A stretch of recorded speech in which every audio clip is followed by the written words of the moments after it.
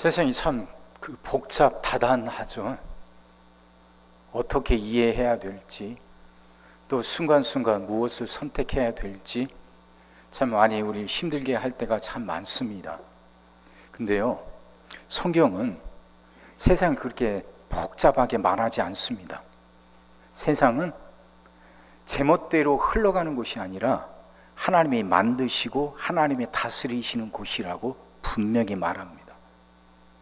하나님을 믿는다는 말 속엔 세상은 이렇게 하나님이 만드셨고 하나님이 다스리신다는 걸 믿는다는 것도 포함이 되는 거죠. 그렇죠. 하나님을 믿는다면 세상은 하나님이 만드시고 하나님이 다스리신다는 걸 믿는다는 것, 그 의미도 포함이 돼야죠. 세상이 제멋대로 흘러간다고 믿는다면 하나님이 믿는 게 아니죠.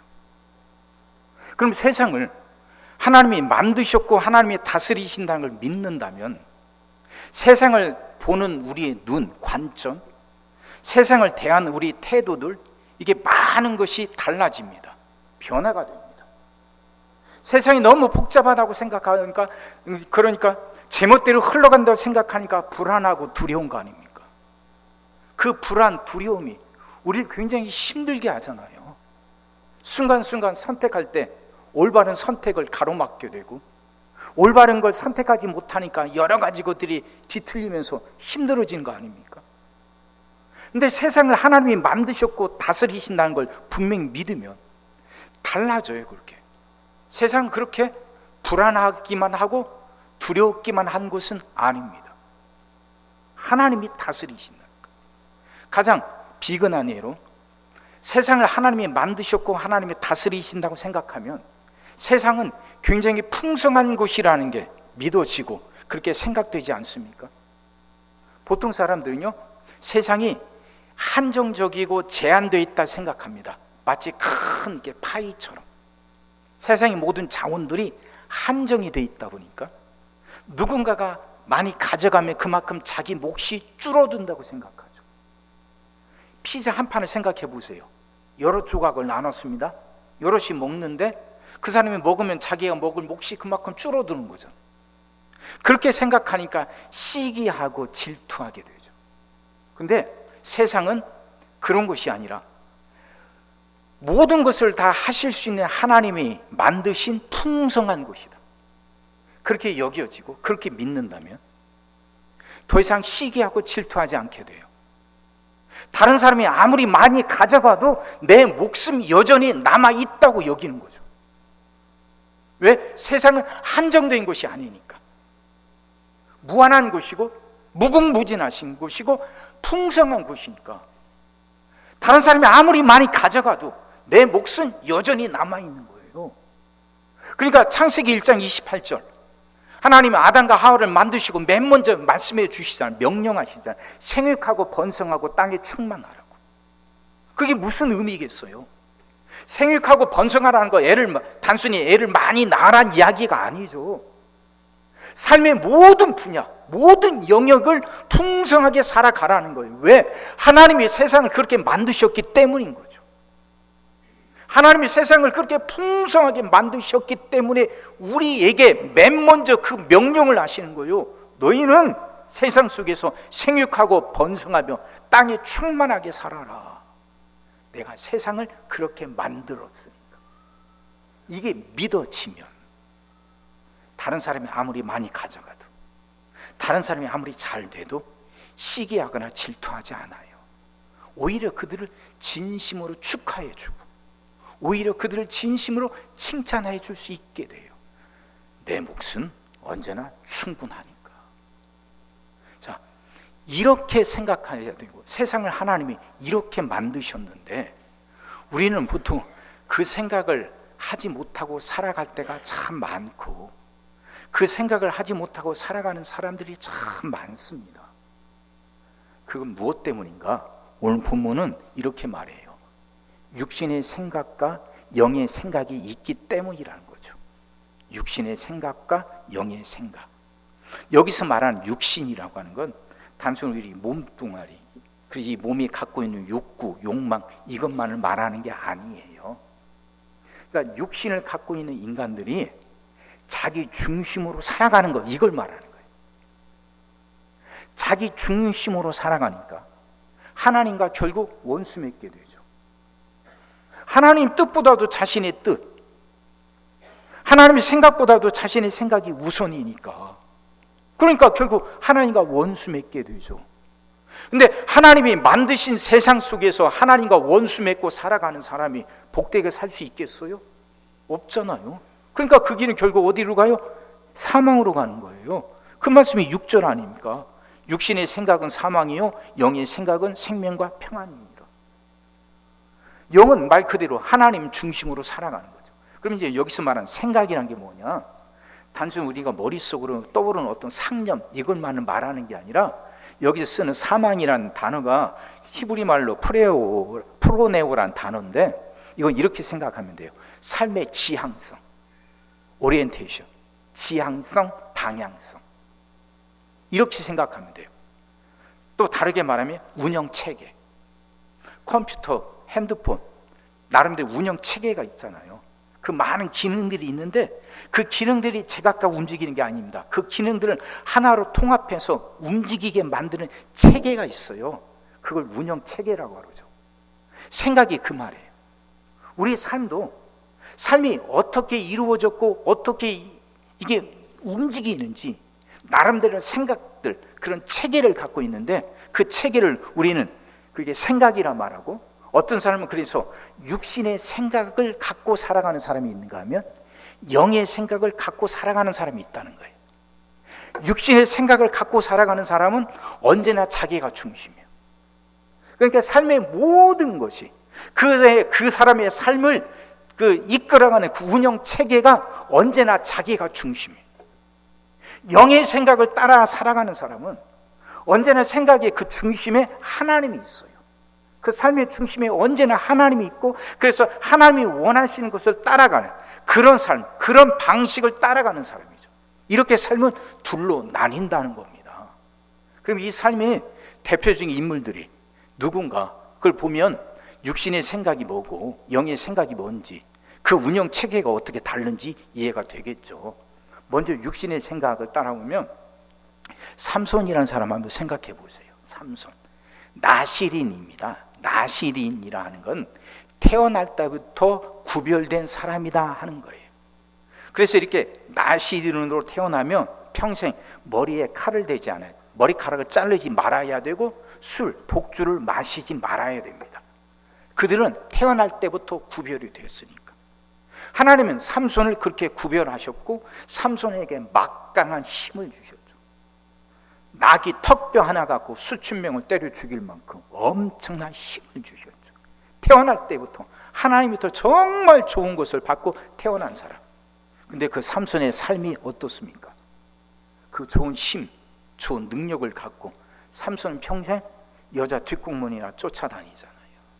그러다 결국 여인 때문에 그 삶이 망하고 말지 않습니까?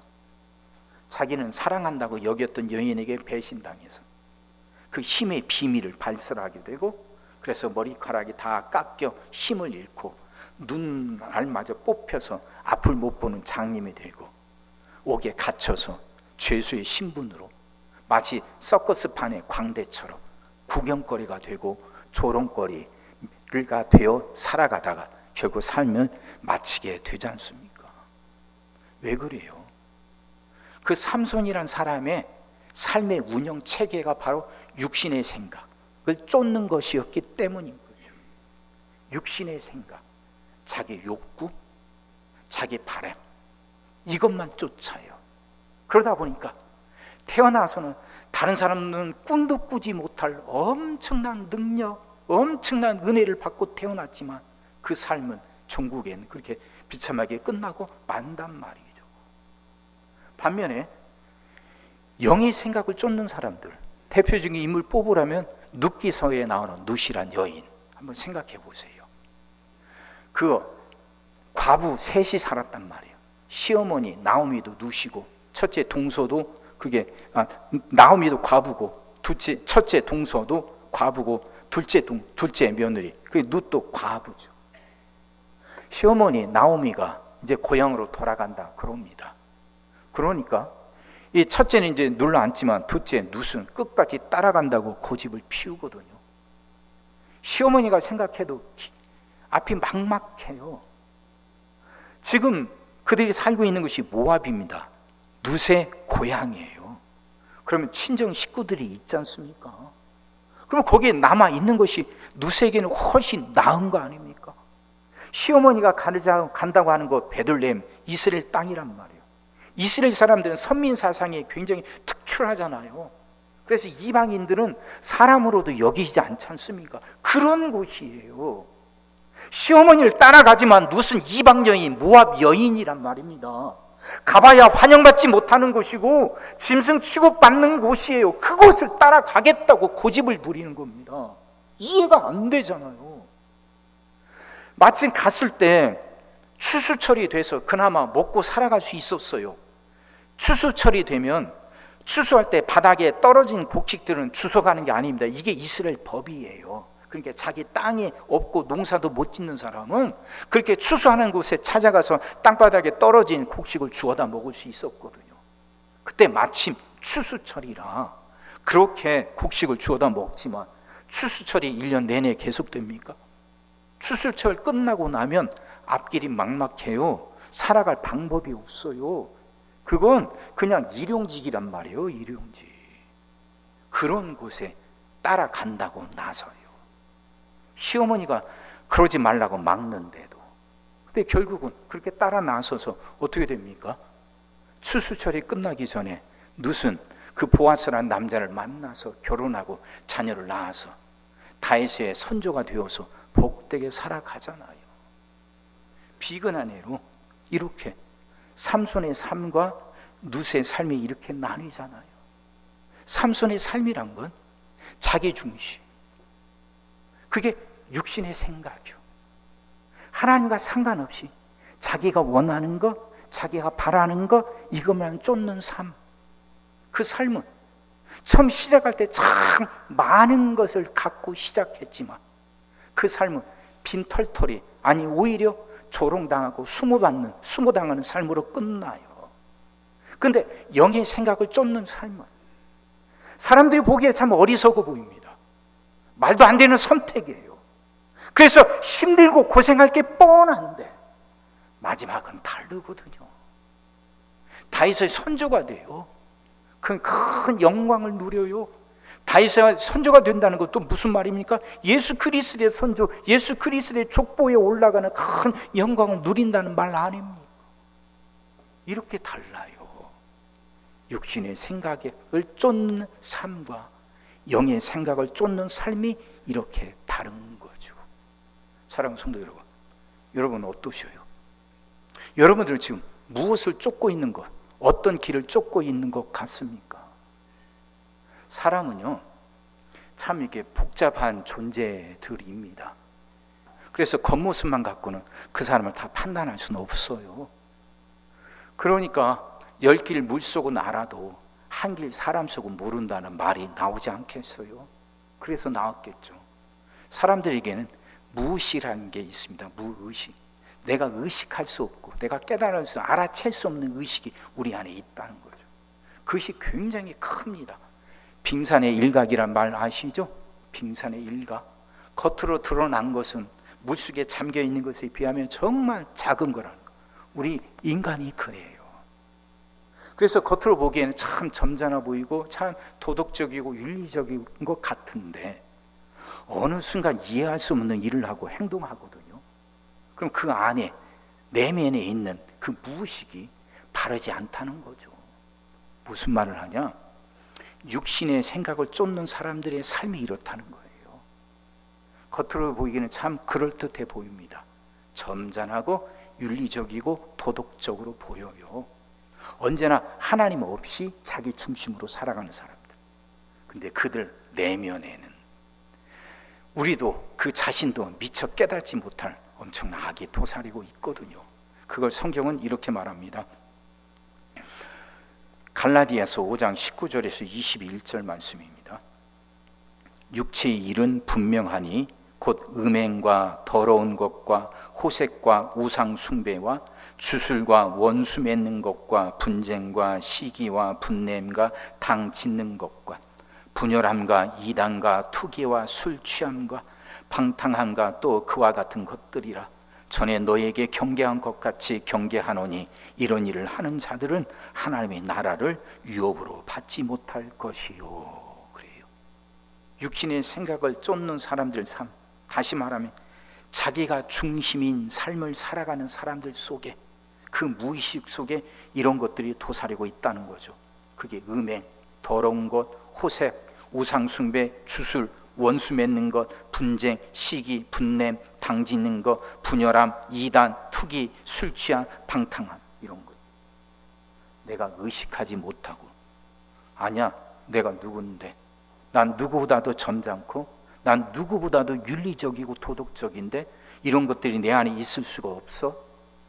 강조해봐야 그 사람 속엔 이런 것들이 도사리고 있습니다. 그러니 복된 삶을 살 수가 없는 거죠. 삼손이 처음부터 그렇게 어리석었겠어요? 사울 왕을 또 한번 생각해 보세요. 사울 왕, 이스라엘의 초대 왕입니다. 준수한 사람입니다. 계속 말씀드리지만 준수하다는 말은 겉모습만 그럴듯하다는 의미가 아니에요. 그 인격도 성품도 좋다 하는 의미예요. 준수하다는 말이. 그랬던 그가 결국 하나님부터 버림받잖아. 왜요? 그의 마음의 중심에는 언제나 자기예요. 자기가 언제나 중심을 차지해요. 그러니까 사람들로부터 인정받고 싶어하고 사람들로부터 높임받고 싶어한단 말입니다. 그러니 언제나 그가 유념해서 바라보는 것, 사람들이 어떻게 생각하나, 사람들이 뭐라고 말하나, 여기에만 관심이 가 있는 거예요. 하나님이 무엇을 원하시고 하나님이 어떻게 말씀하시는가, 이건 틀리지 않아요. 언제나 자기가 중심이다 보니까. 그래서 사람들의 판단, 사람들의 생각, 사람들이 하는 말, 여기에만 관심이 쏠려 있는 거죠. 그러니 언제나 잘못된 선택을 하고 말잖아요. 전쟁을 앞두고 있을 때 사무엘이 올 때까지 제사 드리지 말라고 했지만 그 사람들이 흩어진다고 그게 두려워서 자기 스스로 제사하려고 하다가 하나님부터 버림받잖아요. 잘못된 선택이 계속되잖아요. 아말렉을 다 멸절시키라고 했지만 그 중에서 좋아 보이는 짐승들을 남겨두지 않습니까? 그러면서 한다는 말이 제사 드릴 때 쓰려고 한다고?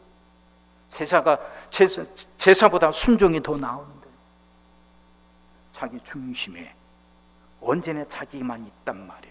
그러다 보니까 준수했던 사람이지만 외모뿐만 아니라 성품도 괜찮았던 사람인데 결국 그가 잘못된 걸 선택해요.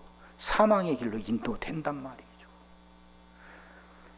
영의 생각을 하는 사람은 그들의 선택이 처음부터 다 이해받고 하는 건 아닙니다. 마태복음 7장 13절 14절 말씀이에요. 좁은 문으로 들어가라. 멸망으로 인도하는 문은 크고 그 길이 넓어 그리로 들어가는 자가 많고 생명으로 인도하는 문은 좁고 길이 협착하여 찾는 자가 적음이라. 육신의 생각, 영의 생각, 좁은 문, 넓은 문, 같은 의미죠. 그 육신의 생각은 넓은 문으로 들어가는 거예요. 길이 넓으니까 많은 사람들이 다 그 길로 갑니다. 그게 좋아 보여요. 그게 자기를 살리는 것 같고 그게 성공으로 가는 길 같고, 하지만 그 길은 결국은 멸망으로 인도된대요. 좁은 문, 영의 생각을 쫓는 길, 그 좁은 문은 길이 좁고 문이 협착해서 그 길을 찾는 사람들이 많지 않지만 그 길은 생명으로 인도된대요. 누처럼 젊은데 고향인데 그럼 남아있으면 훨씬 나을 것 같은데 어리석게도 과부인 시어머니를 쫓아서 따라서 타향으로 가. 고생길이 뻔한데 근데 거기에서 더 복되게 되고 예수님의 족보에 올라가는 영광을 누리게 된단 말이죠. 이게 영의 생각을 쫓는 거란 말이에요. 하나님이 만드신 세상이 풍성한데 그 육신의 생각에 사로잡혀 있으니까 세상의 풍성함을 보지 못하고 한정되어 있다고 여겨. 그냥 파이처럼 한정되어 있다고 여기니까 누가 뭔가 좀 잘 되면 배가 아프고 시기가 나고 질투가 나 자기 것이 줄어진다고 생각하니까 근데 영의 생각을 하는 사람은 세상이 그런 것이 아니라는 거, 풍성하신 하나님이 세상을 풍성하게 만드셨다는 게 분명히 믿어지니까 남이 잘 돼도 배 아프지 않고 오히려 그를 진심으로 축하해주고 칭찬할 수 있게 된단 말이에요. 내 몫은 여전하다는 게 믿어지니까요. 이 영의 생각을 쫓아야 될 거란 아닙니까? 이렇게 사는 것이 복된 길이라는 거예요. 이 길대로 살아라 하는 것이죠. 근데 그 영의 생각을 쫓기 위해서는 내 안에 영이 있어야 되는데, 그 영이 바로 성령 아닙니까? 네, 사랑하는 성도 여러분, 우리 안엔 성령이 있어요. 사도행전 2장 38절 말씀입니다. 베드로가 이르되 너희가 회개하여 각각 예수 그리스도의 이름으로 세례를 받고 죄의 사함을 받으라. 그리하면 성령의 선물을 받으리. 예수 그리스도를 믿는 거예요. 그분이 나의 죄를 대신해서 십자가에 죽으셨다는 걸 믿고 그 피값으로 내 죄가 씻겼다는 걸 믿는 사람은 그 안에 성령이 임한다는 거죠. 그때 성령을 받았다는 거예요. 그러니까 우리 안에 성령이 있으니까 우리도 영의 생각을 할 수 있게 되었다는 것이죠. 우리도 이제 하나님 중심의 삶을 살아갈 수 있는 자격이 주어졌고 우리는 이미 삶이 그렇게 변화되었다는 거예요. 소속이 바뀌었다는 거죠. 이걸 깨달으라는 거예요. 영의 육신의 생각을 쫓던 사람이 이젠 예수 그리스도를 믿음으로 해서 영의 생각을 쫓을 수 있는 사람으로 바뀌었다는 거예요. 소속이 변화됐다는 거예요. 소속이. 근데 우리도 우리를 알지만 우리가 항상 영의 생각을 쫓는 건 아니죠. 하나님의 것을 선택하는 건 아닙니다. 살아가면서 우리도 후회할 때 많아요. 그때 왜 내가 그렇게 말했을까? 왜 그때 내가 그걸 선택했을까? 하나님을 믿는다고 하면서 여전히 넘어지고 자빠지는 자신을 보면서 낙심하기도 해요. 내가 이것밖에 안 되는가? 이런 나한테도 가능성이 있는가? 하는 생각이 우리를 괴롭게 만들기도 하죠. 근데요, 하나님은 그런 우리를 결코 내치는 분이 아니셔요. 그렇게 연약한 우리를 하나님 결코 포기하지 않으셔요. 이스라엘 백성들 생각해 보세요. 애굽에서 400년 종살이 하다 보니까 그 종살이 하던 것이 그냥 몸에 그대로 다 이렇게 스며들었을 거 아닙니까? 종살이. 다시 말하면 그 애굽이라는 것이 죄를 의미하잖아요. 죄에 매여 살다 보니까 죄의 습성이 그들에게 그대로 이렇게 스며들은 거예요. 스며들었어요. 찌들렸단 말이죠. 찌들려. 그러니까 애굽에서 나와서 홍해바다 갈라지는 것도 보고 그 광야 40년 살면서 수도 없이 많은 하나님의 은혜와 역사를 봤지만 그들 조금만 힘들고 어려지면 여지없이 원망, 불평이 튀어나오고 심지어는 모세를 돌로 쳐서 죽이려고 하고 애굽으로 돌아가자고 하잖아요. 근데 하나님이 그런 이스라엘을 버리십니까? 하나님이 그런 이스라엘을 포기하십니까? 아니잖아요. 하나님은 화가 나서 진노하셨다가도 스스로 마음을 돌이키셔요. 이스라엘이 달라져서가 아니라 하나님이 먼저 돌이키셔요. 그래서 그들에게 또 은혜를 내려주시고 또 길을 열어주시고 또 복된 곳으로 인도하셔요. 무슨 말을 하냐 하면 우리 안에 그래요. 내가 이제 육신의 길이 아닌 육신의 생각이 아닌 영의 생각을 따라야지. 내 중심이 내가 중심이 아닌 하나님이 중심된 삶을 살아야지 결단하고 다짐하고 살아가는데 우린 시시때때로 넘어진단 말이에요. 시시때때로 주저앉아요. 그런 자신을 보면 자기가 자기를 생각하기에도 참 형편없어요. 내가 이것밖에 안 되는가. 그 생각들이 자꾸 우리를 더 주저앉히려고 만들고 그 생각들이 우리에게서 자꾸 그 하나님의 방법을 따라 살아가는 그 열심을 자꾸 꺾어버린단 말이에요. 그러지 말란 말이죠. 그러지 말. 그 사탄이 우리를 흔들어대는 거예요. 우리의 연약함에도 불구하고 하나님이 여전히 우리를 포기하지 않으신단 말이에요. 우리의 어리석음에도 불구하고 여전히 하나님이 우리를 붙들고 계신단 말이에요. 그래서 또다시 기회를 주시고 또다시 기회를 주셔요. 사람이란 존재가 하루아침에 그렇게 확 바뀔 수 있는 존재들이 아니에요. 생각이 바뀌면서 조금씩 바뀌어가요. 내가 하나님의 은혜를 받았는데, 아니 내가 하나님을 믿는데, 그 은혜로 살아가는데, 그러면 이렇게 선택해야지, 그럼 이렇게 살아가야지, 그 생각들이 자기 안에서 이렇게 계속 올라와요. 그러면서 그걸 그렇게 살아가다가도 어느 순간 넘어지기도 하고 자빠지기도 해요. 그럴 때 그래도 하나님 믿는 사람은 자기 자신에게 낙심하지 않습니다. 그럼에도 불구하고 하나님이 여전히 자신을 포기하지 않는다는 걸 아니까 또 하나님 붙들고 일어서요. 하나님 잘못했어요, 하나님 도와주세요, 다시 시작할 수 있게 은혜 내려주시고 똑같은 실수 반복하지 않도록 하나님 날 붙들어 주세요. 그렇게 기도하면서 더 복된 삶으로 변화돼요. 정말 말 그대로 그 복을 누리며 살아갈 수 있게 되는 것이거든요. 사랑하는 성도 여러분, 하나님은 세상을 풍성하게 만드셨어요. 우리가 그런 세상 속에서 그 하나님이 주시는 복과 은혜를 풍성하게 받아 누리며 살아가기를 원하셔요. 우린 그렇게 살아갈 수 있어요. 우리가 뛰어나고 대단해서가 아니에요. 하나님이 세상을 그렇게 만드셨고 그런 세상에서 복되게 살아가도록 하나님이 우리를 이끌어 가시기 때문이에요.